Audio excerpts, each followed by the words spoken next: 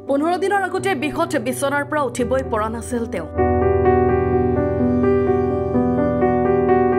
লাখে লাখে তেওঁৰ বিকল হৈ পৰিছিল দুয়োখন ভৰি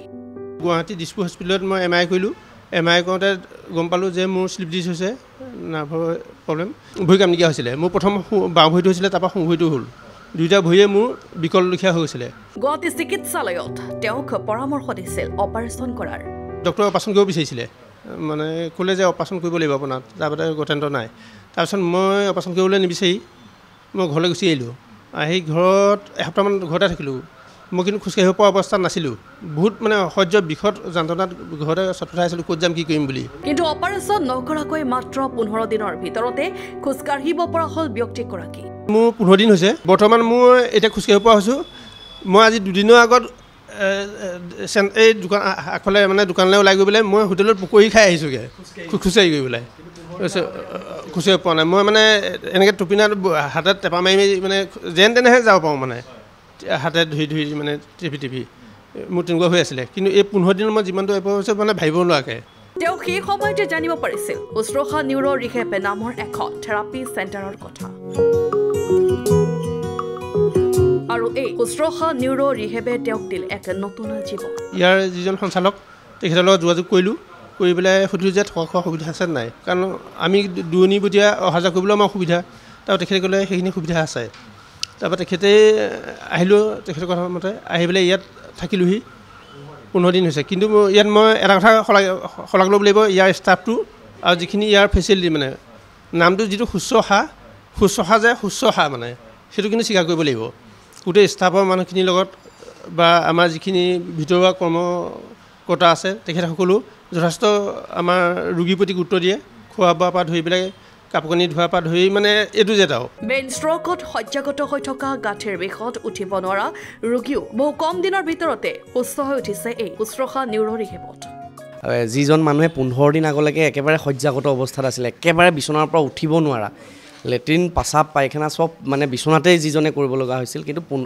আফটাৰ 15 ডেজ আমাৰ ট্ৰিটমেণ্ট কৰাৰ পিছত আমাৰ ইয়াত থকাৰ পিছত এতিয়া তেওঁ এটলিষ্ট নিজে ধুনীয়াকৈ খোজকাঢ়িব পাৰে নিজে ওলাই মেলি যাব পাৰে ইয়াৰ উপৰি অসমৰ বিভিন্ন জেগাৰ পৰা আমাৰ ধৰক এতিয়া আপটো নলবাৰী পাঠশালাৰ পৰা আৰম্ভ কৰি এইপিনেদি কাৰ্বি আংলং এইপিনেদি আপোনাৰ ঢলা শদিয়ালৈকে আৰু গোটেইখিনিৰ পৰা আমাৰ ইয়ালৈ মানে বিভিন্ন ধৰণৰ পেৰালাইচিছ পেচেণ্ট বা বিভিন্ন ধৰণৰ স্পাইনেল কৰ্ড ইঞ্জুৰি বা বিভিন্ন ধৰণৰ বিষৰ সমস্যা লৈ আমাৰ ইয়ালৈ আহে কিন্তু প্ৰায় 1 মাহৰ ভিতৰতে আমাৰ সেই ৰোগীসকলে খুব ধুনীয়াকৈ খোজকাঢ়িব পৰা বা কথা ক'ব নোৱাৰা পেচেণ্ট থাকিলে এটলিষ্ট নিজৰ কথাখিনি ক'ব পৰা হৈ পেলাই আমাৰ ইয়াৰ পৰা গৈছে অত্যাধুনিক প্ৰযুক্তিৰ দ্বাৰা বহু উন্নত মানৰ চিকিৎসা প্ৰদান কৰে এই থেৰাপি চেণ্টাৰখনত আমাৰ এতিয়া ফিজিঅ'থেৰাপিৰ লগত জড়িত সকলো ধৰণৰ ইকুইপমেণ্ট আমাৰ আছে স্পেচিয়েলি আমি লেজাৰ ইকুইপমেণ্ট আমি ইয়াতে for the first time in Lakhimpur বুলিয়ে ক'ব লাগিব লেজাৰ ট্ৰিটমেণ্টটো আমাৰ ইয়াত আছে যিটো অলপ কষ্টলি হয় যদিও আমি ৰাখিছোঁ আৰু অতি সুলভ মূল্যত আমি সেই লেজাৰ ট্ৰিটমেণ্টটো কৰোঁ